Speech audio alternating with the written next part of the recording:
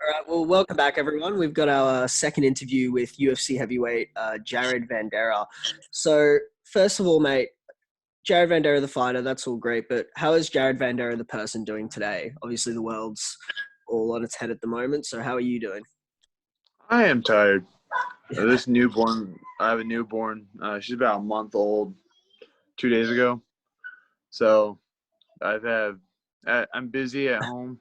yeah, I have a 4-year-old who acts like she's 14. So that's always fun. That was actually a next question was we did see you had a baby girl. So how is she doing, and how is the family doing at the moment? Um, Sleep deprived, uh, tired. But I mean, overall, can't complain. The baby's healthy. The other one, she's acting like she's 14. So attitude, emotional breakdowns every 10 minutes. It's just it's fun. yeah, it's fine. Exactly, that's Sounds it. like fun. So, Uh, Jared, back in May, you picked up your first win in the UFC over Australian-based Justin Tafa in what both Josh and I think was one of the greatest heavyweight fights I've ever seen. I mean, I remember I was on the edge of my seat watching it, just an absolute war back and forth. So, how was that feeling being able to get the nod over Justin in what was a really back and forth contest? I was just a little worried. Second round when I got cut. I felt like I was landing more shots in the first that kind of set the pace, and I knew that when I checked a few of his kicks, it stopped him from kicking in general. So it took one of his tools away. And then just like the second round, I was worried about, getting stopped because of the blood or the blood affecting me. I do remember that like half my eye was covered in blood. So I was literally fighting with half an eye for a couple rounds. I'm like, okay, I can't see. Let's hope this blood like washes away. Third round, I wasn't for sure how things were going. Just because I'm a pessimist, I just think the worst of things. Like, oh, shit's going south. I'm not going to win this. But when I accidentally hit the boys, I was like, ah, shit, we got 30 seconds. I could use this time to really win this round because I wasn't for sure where I was going. Um, and yeah, no. So I was like, okay, well, I need to show that I'm using this time to like get as much oxygen in me and then to throw immediately. So judges don't like me, so I was really skeptical and happy that I won and got the fight of the night. So Yeah, and it yeah. certainly was a great fight. Again, it's definitely up there for me in my top five heavyweight fights that I've ever seen. It was just a war, and that cut was nasty. I mean, I was watching. I had a similar thought as you when I was watching it. I was like, oh crap, are they going to stop this? Because it was a bad cut, but it didn't seem like you were. In terms of it was damaging your ability to be able to fight and to be able to defend yourself accurately. And I'm so glad they didn't stop that fight. So Uh, we we did have Sam Alvey on the podcast. It was, former teammate of yours, and a few months back, we asked him how he found training under the tutelage of Dan Henderson. And how have you found being in an environment with surrounded by Sam Alvey, who's a real UFC vet? How has his experience and knowledge helped you grow as a fighter and as a martial artist? uh, Sam, Sam's a fun person to get around. Like the one thing he is just very positive. So if you are one of those people that don't like really negative spaces and stuff like that, he's that person that kind of keeps the peace. He's very positive and outgoing. That like people I've seen lately that people are like, oh, he forces that smile. I'm like, no, this motherfucker just doesn't stop smiling. Like that's all he Yeah. does, and he's just that positive influence.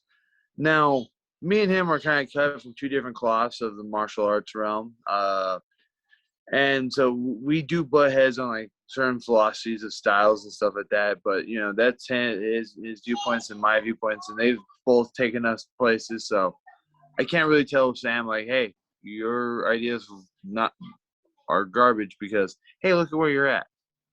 And then he can't really say the same thing about me because I'm in the same place and we just have two different mindsets about things. And but I mean, he is a good person to have around. He's me and him. We do kind of follow certain things. Like me and him both kind of jumped on the TikTok scene roughly about the same time. I was beating him. I was like, yeah, I have more followers than you. I'm doing it. And then he pulled out, oh, my wife's a supermodel card. I'm like, that's weak. Like, that's cheating. Like, Yeah, the game's rigged at that point. So, yeah, Jared, exactly. obviously, just under 4 weeks now until your next fight against a very tough and durable Alexander Romanov. How has camp preparation been going so far? Obviously, with a newborn at home, it's got to be a lot tougher than usual. Yeah, I don't know. The newborn's not as bad as camp. Camp's been fucking stupid because we've just been going over and over just everything about this wrestling, just wrestling. I mean, I don't think he's as durable as a lot of other people, but his wrestling is what makes him look durable. So, Have you made any adjustments for this camp as opposed to previous camps to sort of combat that wrestling heavy style? I wouldn't say adjustments. Like this is MMA. Like I am making sure my stand-up's on point, my grappling's on point, and my wrestling. It's now, yes, we're more wrestling heavy, so everything is like, all right, what are we going to do to counter the wrestling? What are we going to do to improve on this position, that position? What are you going to do when he does X, Y, and Z? Like I wouldn't say we're doing anything that I haven't done before. It's just, yeah, we're honing it to be as quick and as effective as possible. And then we're just keeping it on the simpler side. We don't need like 52 moves to like beat Rome. We need like 5. And we're honing those 5 things, and we're hoping that's enough to block them. Now, my wrestling coach really took a shining to this opportunity because I just started working with him, maybe like not even intensely either, a couple weeks before the Speedback fight. Whereas, with nerves and stuff, I think that all played a factor in my loss. Now, this time my wrestling coach is taking out the nerves of wrestling, and all we're doing is wrestling. And my wrestling coach isn't a little guy himself. He's 6'2", about 290, just sheer muscle. Like he is a walking, you look at him and you're like, damn, like you need stop eating. Stop. You big. You big. Yeah, exactly. Well, and that's kind of leads into our next question that you were talking about, is that obviously people look at Romanov and it's the wrestling. That's what they look at. And they go, 14-0, coming off a split decision.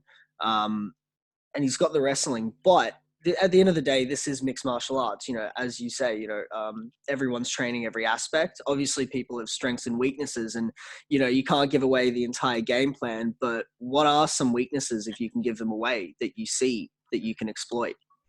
One weakness is not even a weakness; it's just my preference, and this actually kind of comes back to like 2-3 questions ago about Sam. I like fighting lefties. I have my last opponent was a lefty. My current opponent's a lefty. For a good 90% of my fighting career have been lefties. So I wouldn't say that's like for me, fighting a lefty isn't a disadvantage. I know a lot of people that I feel very uncomfortable fighting lefties. Definitely not one of them. And I actually feel like because they're not used to having a righty that's comfortable fighting lefties, so I think that's a big opening I could, utilize against Romanov. I feel like, I have enough tools in Muay Thai that could definitely make him second guess himself. Yeah, definitely. October 9th, you go out there and you finish Romanov.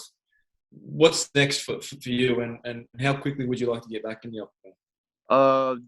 Depending on injuries and stuff like that, I'm hoping after this fight, after the win, I would like to see maybe Tanner Bosner, Alexander, or not the Andre Orlovsky, someone that's not necessarily in the top ranks, but pretty damn close.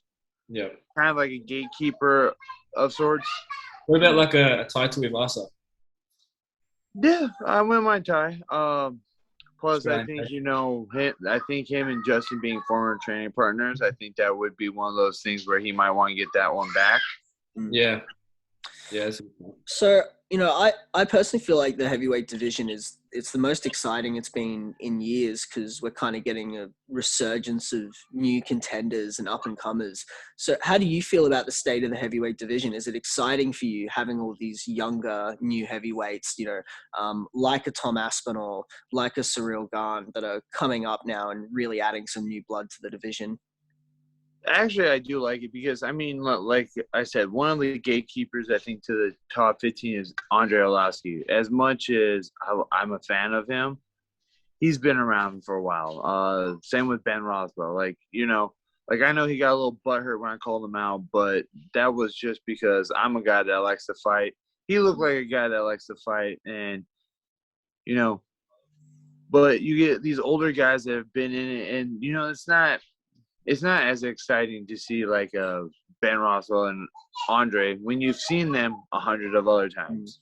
Yeah. But then you get like someone like Aspinall that throws a fucking, defense Sergey's takedown by throwing a fucking knee and an elbow from hell. You're like, oh, that guy. He's fun to watch. Yeah. It was just a little, so you're getting these new ones. I think a one person that I think a lot of people don't know is that's exciting to watch is Chris Darkus. Oh my God, that dude's boxing is just stupid. I've watched him. I'm like, God damn. Like, I'm a fan. I'm like, that's gonna be a hard fight. I see Chris Dark. I'm like, I'm gonna see you down the road. Like, just know I respect you. It's gonna be a fun fight, but yeah, no, like he's someone that makes it exciting. Like we were saying, Tom, that's another one, and yeah, you're getting these bigger, newer names there. You're just like, ooh, this is interesting. Yeah. What kind of as you sort of make your way into the rankings, eventually, what kind of say dream fights do you have, or similar question, but exciting fights you see at the top in the top 10 that you'd really like to have? All right, so I would be interested to see in me and Rosenstruck. Because I feel like our Muay Thai styles are a bit more similar. But I would also like to kind of go with Cyril Gane just because I think like he's not the guy that's going to knock you out with power every shot. He's not going to hit you with a power shot. He's going to touch you. He's going to touch you. He is going to like wear you down as you rush into him, and he's going to throw a cross, but you run into that cross. And then, or he's going to beat you down with time, cardio, and patience like he did with Derek Lewis. He wasn't trying to beat Derek Lewis in these big shots. He just let Derek Lewis do it, though. And then just tired him out. And then he picked him apart. So I think, like, attribute-wise, I would like to see my Muay Thai go against the higher-level ones. So I would think those would be some good options. Eventually, considering how this camp goes, I would say Romanov might be the best wrestler in the heavyweight division. But I still believe that Curtis Blades is the best wrestler in MMA, or best wrestling for MMA in the heavyweight division. And, this fight, beating Romanov, especially like defending the wrestling, I think would give me that want to drive to eventually fight Curtis Blades. And you were talking earlier about how you've been wrestling a lot more intensely with your new wrestling coach. So it makes me think, obviously you also have Dan Henderson, who would be a great coach. But when the world opens up because of COVID, who's one coach that you've always wanted to work with, whether it's BJJ, boxing, wrestling, Muay Thai, grappling?